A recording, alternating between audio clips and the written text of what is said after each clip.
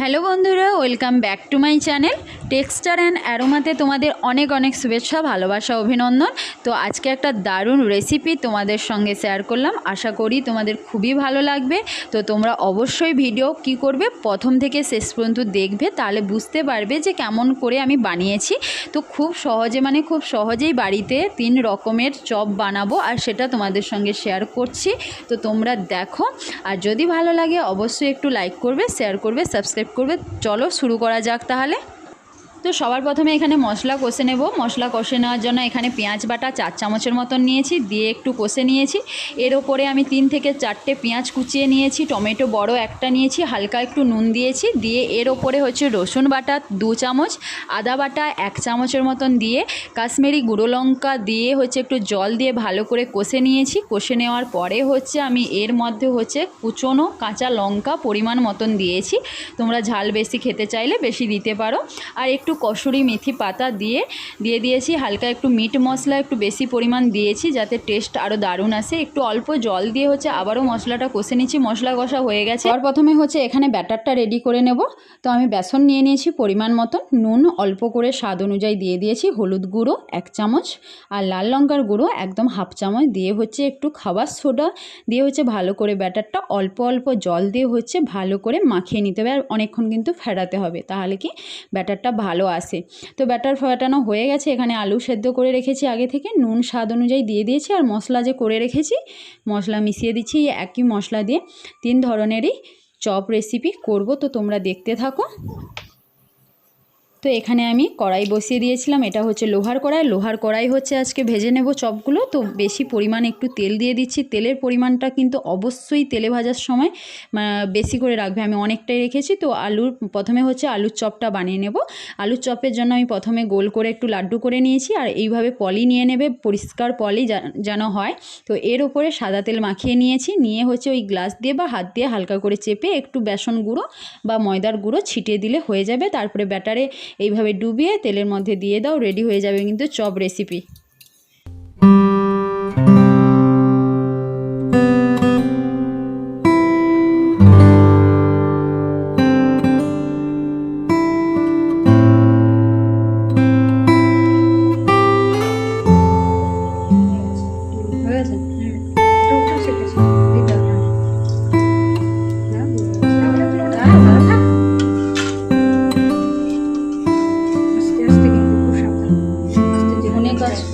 দেখতে পাচ্ছি না, একটু ধরে রাখো।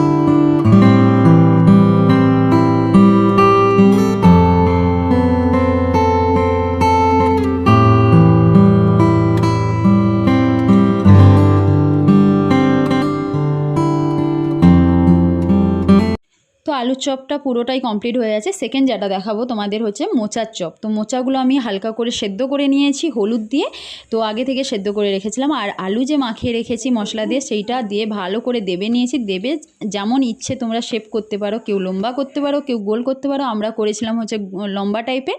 আর এখানে আমি বিস্কুট নিয়েছি, তোমরা যে কোনো ধরনের খাস্তা টাইপের বিস্কুট নিতে পারো। তো প্রথমে হচ্ছে ব্যাটারে ডুবিয়েছি, তারপরে হচ্ছে বিস্কুট গুঁড়াতে দিয়েছি, দিয়ে তোমরা ভেজে নিতে পারো। আবার নেক্সট টাইম করতে পারো, তোমরা বিস্কুট গুঁড়ো দেওয়ার পরে আবার ব্যাটারে দিয়ে ভেজে নিতে পারো।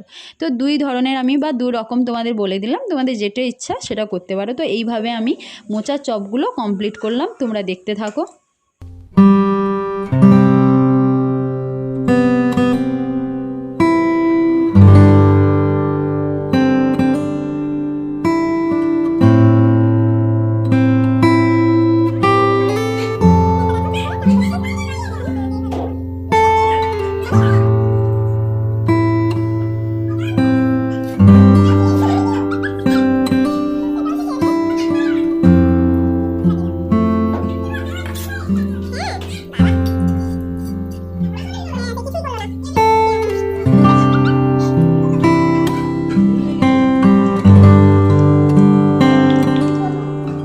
তো মোচার চপগুলো সবগুলো কমপ্লিট হয়ে গেছে। এরপরে হচ্ছে আমি টমেটোর চপটা বানাবো। তো টমেটোর চপটা আমি কেমন বানিয়েছি, 4 পিস করে নিয়েছি, একটা বড় টমেটো নিয়েছি, 4 পিস করে নিয়েছি, ভেতরের যে জেলিটা থাকে ওটা বের করে দিয়েছি, তার উপরে আলুর পুরটা দিয়ে ব্যাটারে দিয়ে হচ্ছে ভেজে নিচ্ছি। তোমরা দেখে নাও, যেমন ভাজছি ওইভাবেই করো।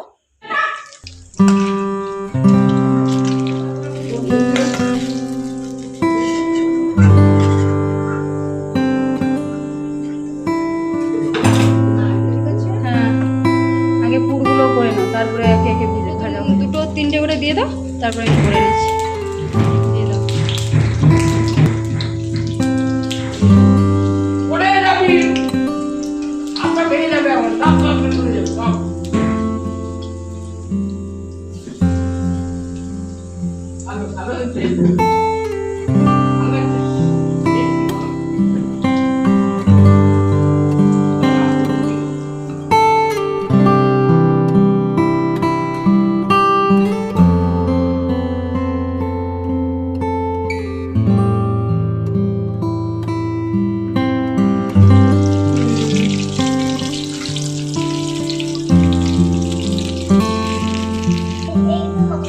ঠিক আছে, হ্যাঁ। এটা হচ্ছে টমেটোর চপ, এটা হচ্ছে আলুর চপ, আর এটা হচ্ছে ওই মোচার চপ। তো আমি সুন্দরভাবে গার্নিশ করে যে দিয়ে দিয়েছি, দেখতেই পাচ্ছ কেমন হয়েছে। তো তোমরা দেখতেই পাচ্ছ আমি 3 রকমের চপ রেসিপি খুব সহজেই বাড়িতে বানিয়েছি। তো গার্নিশও করে দিয়েছি। যদি তোমাদের এই রেসিপি ভালো লাগে তাহলে অবশ্যই লাইক করবে, শেয়ার করবে, সাবস্ক্রাইব করবে, আর পাশে থাকা বেল আইকন বাটনে হচ্ছে ক্লিক করে নিও, তাহলে আমার ভিডিও সবার প্রথম তোমাদের কাছে পৌঁছে যাবে। তো দেখো কত সুন্দর হয়েছে, আর খেতেও খুবই টেস্টফুল। অবশ্যই বাড়িতে বানাও, আর কেমন হয়েছে আমাকে অবশ্যই কমেন্ট বক্সে কমেন্ট করে কিন্তু জানাবে।